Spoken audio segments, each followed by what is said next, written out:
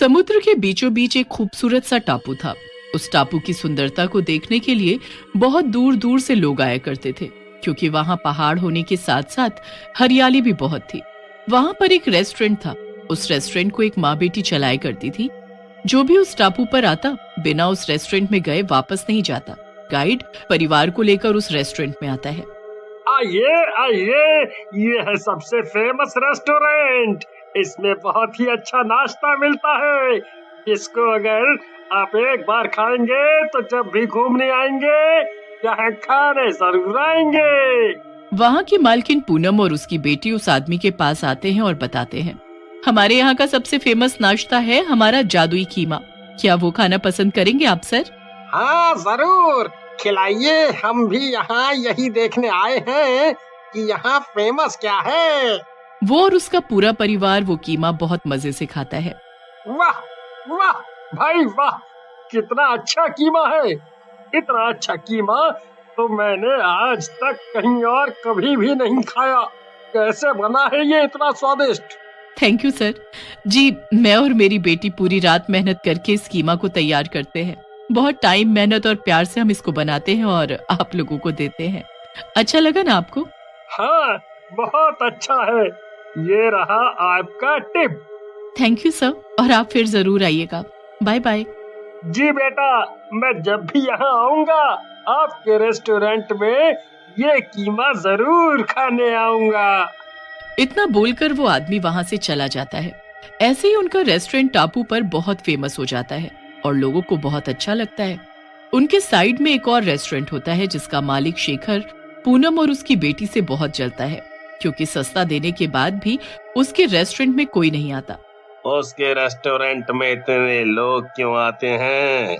वो ऐसा क्या देती है जो हम लोग नहीं बना पा रहे हैं? उनका रेस्टोरेंट हमारे वाले से कितना छोटा और नॉर्मल सा ही है, फिर भी उनके रेस्टोरेंट के बाहर लाइन लगी रहती है। ऐसा क्या खास है वहाँ?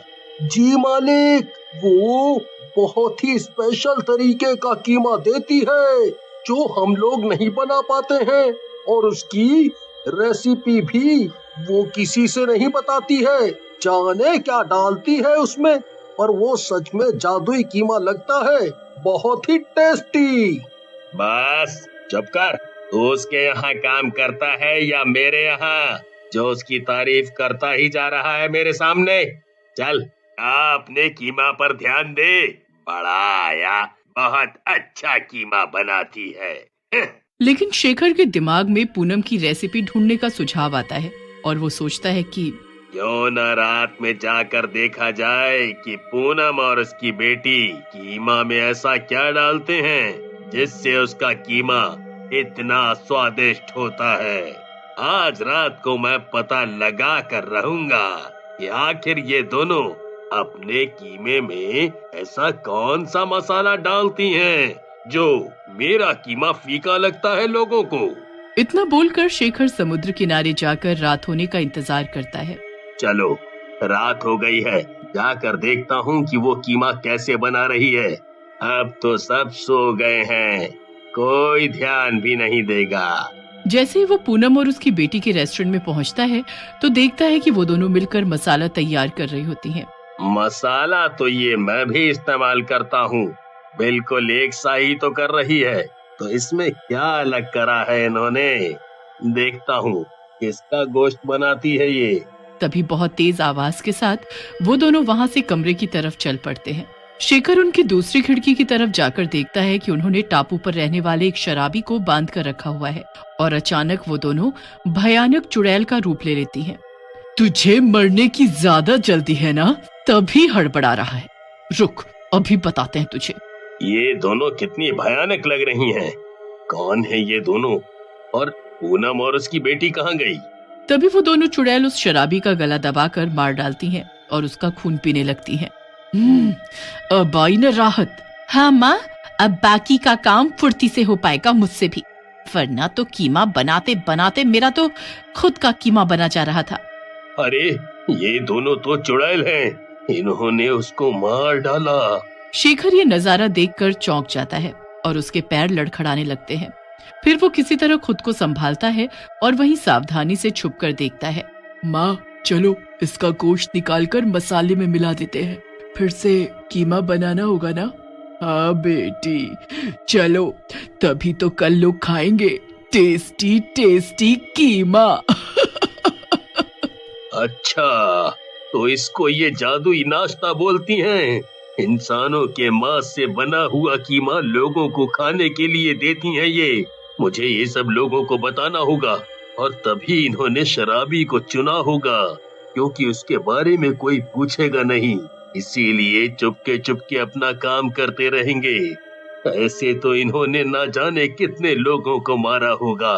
मुझे यहाँ आने वाले लोगों को सतर्क करना होगा, वरना बहुत बुरा होगा। इतना बोलकर शेखर वहाँ से डरता हुआ अपने घर चला जाता है और सोचने लगता है, हे भगवान, बेचारे लोगों को तो पता भी नहीं होगा कि ये चुड़ैलों का जादुई नाश्ता क्या है, जो कि इंसानों को मार कर बनता है।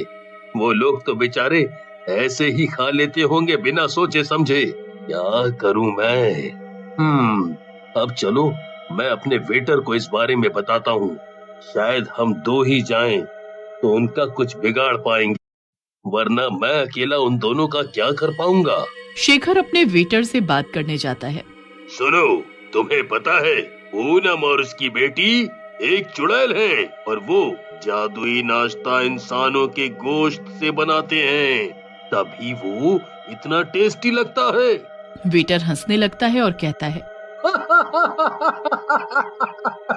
सर आप पागल हो गए हो क्या? कुछ भी बोल रहे हो? आपने जरूर कोई सपना देखा होगा और कुछ नहीं। और अगर लोग मरते तो क्या बाकी लोगों को पता नहीं चलता क्या? बिना शेखर सर।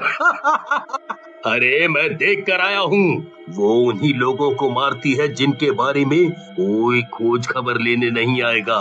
मेरी बात मान, हमें लोगों को बचाना होगा, सबको बताना पड़ेगा।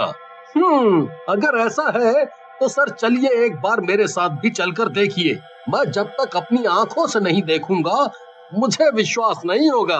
हाँ, चल चल, तू अपनी आंखों से देख ले कि वो बहुत खतरनाक चुड़ैल है और वो लोगों को कैसे भयंकर तरीके से मारती हैं। इतना बोलकर शेखर अपने वेटर को रात होते ही चुड़ैलों के घर लेकर जाता है। पर इस बार चुड़ैलों को इस बात की भनक लग जाती है कि कोई उन्हें देख रहा है या कोई उनका पीछा कर रहा है, तो वो दोनों काम करने का नाटक करती रहती हैं।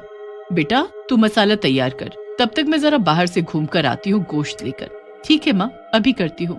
तू यहाँ खड़ा होकर देख और बाद में मुझे समंदर किनारे मिल, क्योंकि अगर हम एक साथ देखेंगे तो शायद वो लोग हमें पकड़ लें और हम एक दूसरे की मदद नहीं कर पाएंगे। जी ठीक है, मैं यहीं रहता हूँ।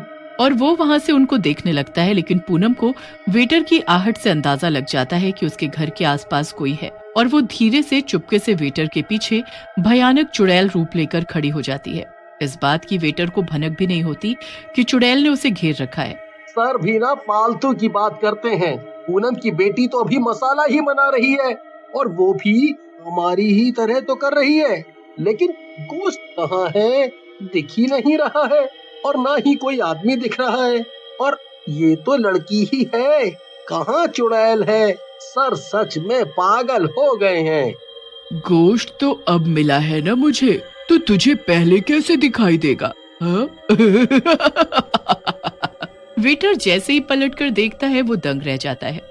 मुझे माफ कर दो, मुझे माफ कर दो। मैं तो शेखर सर के कहने पर यहाँ आया था। मुझे नहीं पता था कि तुम लोग क्या करती हो और क्या नहीं। मुझे जाने दो, मुझे कुछ मतलब भी नहीं है। तुम लोग जो चाहे करो। चुड़ैल उसकी पूरी बात भी नहीं सुनती और उसको मार डालती है। फिर उसको खींचकर अंदर ले जाती है। इसी की भनक लगी थी मुझे, ये हमें देख रहा था। आज इसी का कीमा बनाएंगे। हाँ माँ ठीक है, मजा आ जाएगा। ये सब शेखर देख रहा होता है। उसने ये सब फोन में रिकॉर्ड कर लिया था।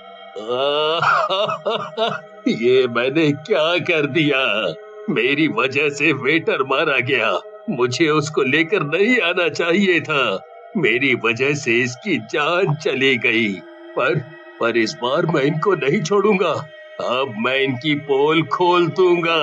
और जाकर टापू के लोगों को भी दिखाऊंगा और इनको सबक सिखा के रहूंगा। शेखर जल्दी जल्दी लोगों को बुलाता है और इकट्ठा करके सबको अपनी बनाई हुई वीडियो दिखाता है। सब ये भयंकर सच देखकर बहुत डर जाते हैं। ये सब क्या है शेखर? बहुत डरावना है ये सब। ये वही है जो आप लोग देख रहे हैं। पूनम और उसकी बेटी चुड़ैल है। वो लोगों को मारकर उनका कीमा बनाकर बेचती हैं और सबके साथ धोखा करती हैं और ऐसा कीमा बनाती है जिसको लोग कितना पसंद करके खाते हैं। देखो देखो ये कीमा कैसे बनता है। हमें लोगों की जान बचानी होगी और इन चुड़ैलों को मारना होगा। लेकिन हम इनको मारेंगे कैसे? ये दो है, ऊपर से चुड़ैल है, हमसे ज्यादा शक्तिशाली भी होंगी। हम लोग इनको कैसे मार सकते हैं? मैंने सुना है कि चुड़ैल अपनी बेटी से बहुत प्यार करती है। अगर हम पूनम की बेटी को आग लगा दे तो वो अभी छोटी है और इतनी ताकतवर नहीं होगी। अभी तो वो चुड़ैल दुख में खुद ही मर जाएगी। टापू वाले उसकी बात समझते हैं और पूनम की बेटी को अकेला जाता देख उस पर आग फेंक देते हैं। वो मासूम सी लड़की से एक चुड़ैल में बदल जाती है और जलने लगती है। जब ये चुड़ैल को पता लगता है तो वो भागी भागी जाती है और अपनी बेटी को बचाने के लिए उसकी आग बुझाते बुझाते खुद भी उसी में लिपट जाती है, जिससे दोनों चुड़ैल जलकर मर जाती हैं।